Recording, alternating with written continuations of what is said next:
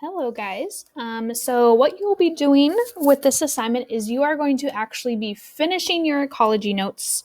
So the ones we've been adding to the last couple classes.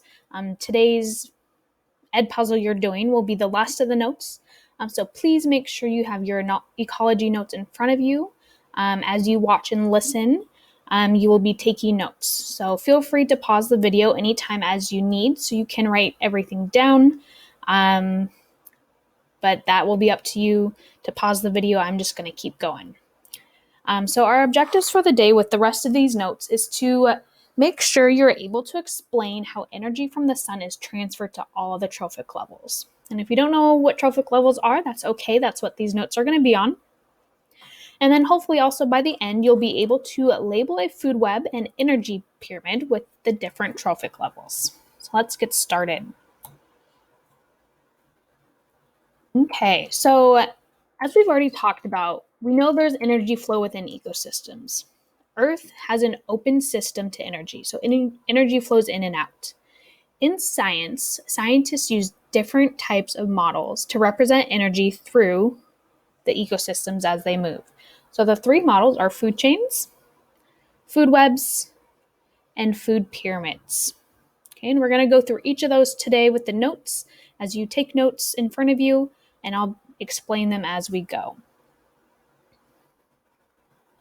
So, trophic levels, what this word means. So, each link in a food chain is known as a trophic level.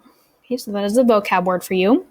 And trophic levels represent a feeding step in the transfer of energy and matter in an ecosystem. So, each level is showing us how energy is transferred. Okay, we have producer, primary consumer, secondary consumer, and tertiary consumer. Obviously, the energy starts from the sun, right? It starts from space, the sun gets here, and then that energy is transferred from each of those trophic levels. Okay, so something to know about the trophic levels is this word biomass. So biomass is the amount of organic matter comprising a group of organisms in a habitat. So the key things to note is as you move up a food chain, energy and biomass decreases.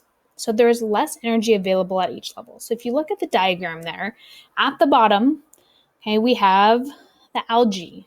So if you notice, the base of this is very large, meaning there is a lot of biomass of algae. Okay, as we move up, biomass goes down all the way up to the polar bear. So if you think about it, think of how many polar bears exist in this world and think how that compares to the amount of algae that might be in an ecosystem.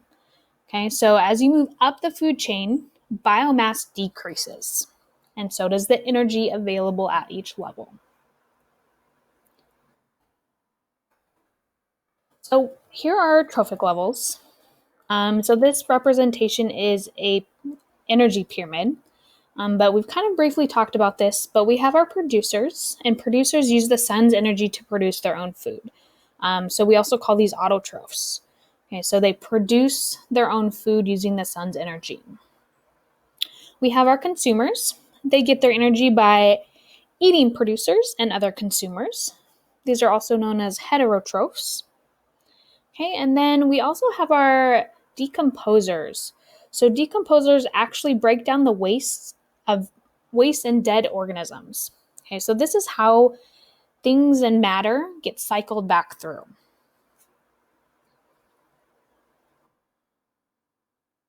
So looking at our trophic levels, we've already defined it, but each step in the food chain or web is a trophic level.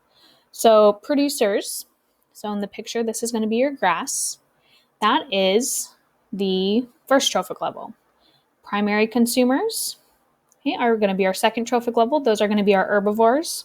So organisms that only consume plants, they do not eat meat. Then we have our secondary consumers. This will be the third trophic level.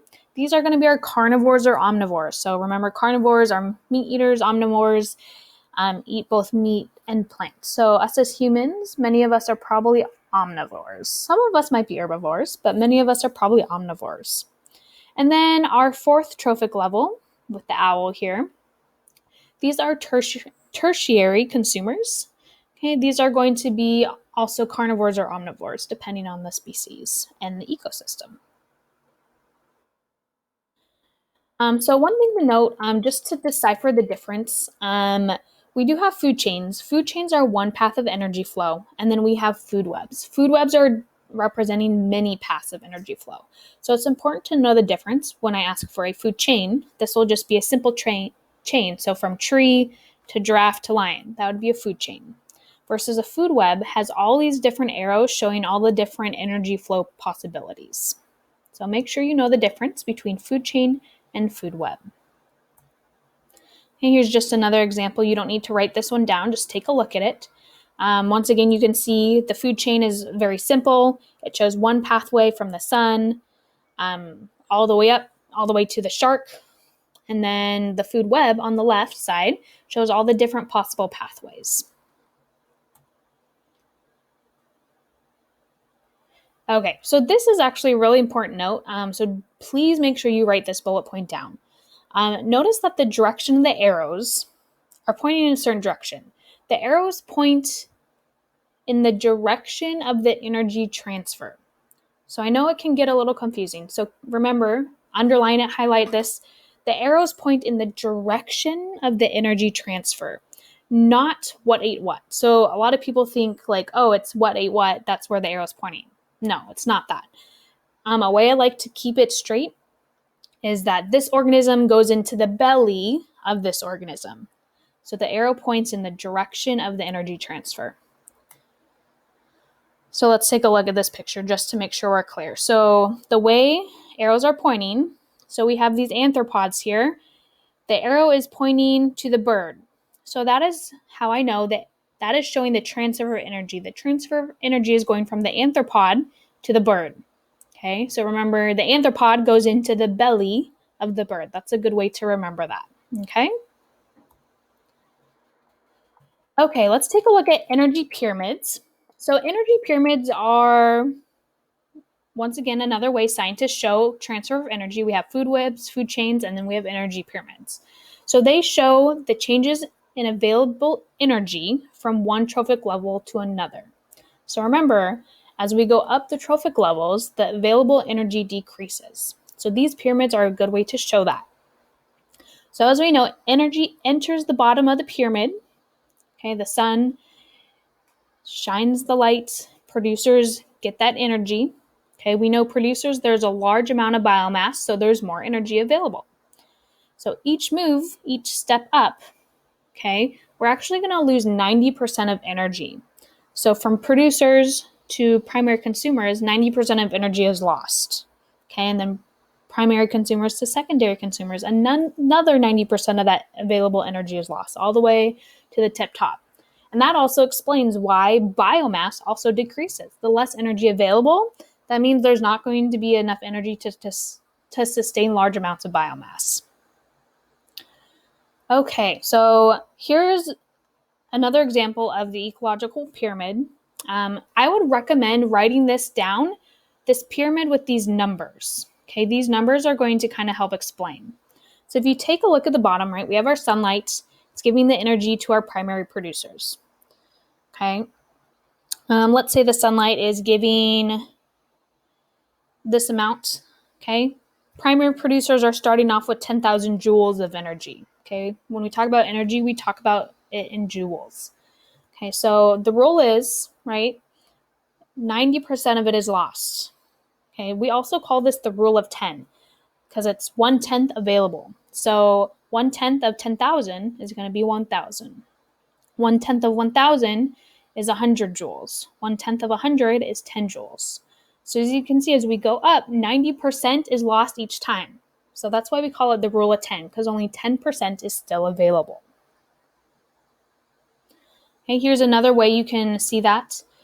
This is also another good one to write down in your notes. Draw a simple pyramid, and it shows you how the energy is lost as you go up and up and up. And it also shows you, right, producers are at the bottom, then primary consumers, then secondary, all the way up. Okay, so if you need another visual example, feel free to write this down in your notes. It's nice to have the percentage of energy that's will be helpful when you're remembering it. So if you need to pause, remember you can always pause to take extra time to write down notes. Okay, so just to kind of sum it all up, looking at the transfer of energy. So when a zebra eats the grass, it does not obtain all of the energy the grass has. Okay, so when zebra eats the grass, it does not obtain all of the energy the grass has. When the lion eats a zebra, it does not get all of the energy from the zebra. Okay, so remember, we're losing that 90%. Zebra only gets that 1/10, that 10%. Okay, the lion then gets 10% of what the zebra had in energy form. Okay, these two examples show that no organism ever receives all of the energy from the organism they just ate. Only 10% of the energy from one trophic level is transferred to the next. That is why we call it the law of 10% or the rule of 10. Okay? So that is it for the notes. Make sure you got all the notes down. Remember, you can always go back, pause, write down what you need.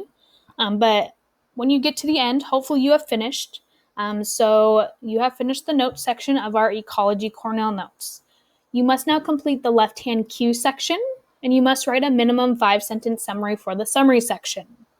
Okay, please remember to complete all sections of your Cornell notes before turning it in to be able to get full credit.